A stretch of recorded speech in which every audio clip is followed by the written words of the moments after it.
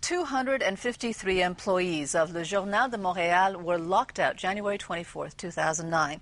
Within 4 days, the locked-out journalists of the paper had set up a new online alternative, RueFrontenac. It's named for the street on which the Journal de Montréal is located. Jean-François Coder is one of the journalists of RueFrontenac. And welcome. And I was just saying, you know when a news site is gaining credibility, when I notice that the reporters in our newsroom automatically go to your site to check and see what's going on. So, yeah, like you said, it's been a year now, so we've basically been included in most press reviews, and we've developed our credibility and our name. So basically, people think about us when they're looking for news. So it's going pretty well with that. Yeah. What was the idea? So you get locked out, and you decide to do this online news site, and what was the sort of the raison d'être? Why did you want to do it? There's a few reasons.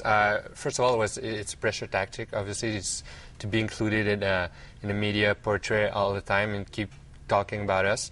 Secondly, we have a lot of professionals. We kind of have to stay in touch with their environment to stay current with things and to stay relevant. So that allows them to do that. And thirdly, it's for the people who get a chance to work on RueFrontenac, it's a real important way to kind of forget that they're locked out, because there's a big psychological issues with being locked out, and so they kind of, by working there, they kind of forget that they're locked out, so it helps them a lot. They're going through the But it's interesting, though. You say you call it, a pressure tactic or trying to get your mind off the fact that you're locked out. But on the other hand, this site now is, as we're looking at it now, it's breaking stories. You guys broke the Benoit Labonté story during the municipal election. That's a huge story. You're sending people to Haiti in a very controversial way, mind you, but you're doing different things and you're actually creating news. Yeah, well, that's what we do. That's what we did at Le Journal. That's what we did. That's what we do now that we're outside. Our employer basically says that they don't need us. Well, we're showing that maybe we don't need them either. So. Well, yeah, but then I was going to ask you that. Do you need them then? Would you go back if the lockout is over, if you settle? What happens to RueFrontenac? That's a question with a lot of question marks at the end, because it depends really on when does that happen, when the deal happen, how does it happen, what's the kind of deal, where is RueFrontenac at that time? So I really can't answer, but I know a lot of people are saying they don't want to go back to Le Journal, they want to stay at RueFrontenac, but whether or not that's possible, we'll have to wait and see. Is it making money, though, at this point? It's making good money. It's not profitable in terms of... I mean, it's profitable because we don't pay any salary. Those are all taken care of by the union. If we had to pay salary, that obviously wouldn't be profitable yet. And that's a huge part. So it's making money, like covering their operation costs and all that. It's making decent money. It's maybe possible that at some point, to see that at some point, maybe it could become profitable with obviously maybe less people. But well, we'll see.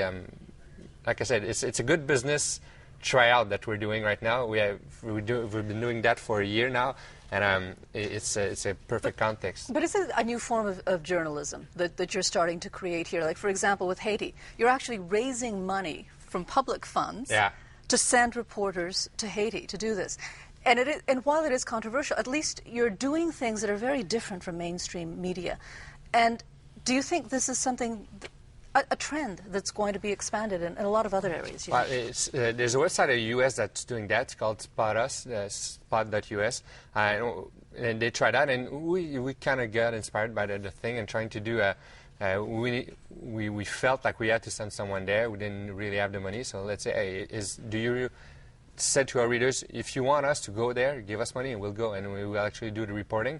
And a lot of people contributed that actually we turned out we got more money than we needed, so we're going to give it back to a fundraiser or something like that. And yeah, well, it could go. And what we're showing is that people actually care about professional journalism, the journalism that is done in a good way. So that's kind of our point. That's what we're doing, trying to prove. Well, thank you so much for coming in today. It's been a pleasure. Good for you. People want to check it out. The site is RueFrontenac.com. There it is on the screen. Thank you so much for coming in.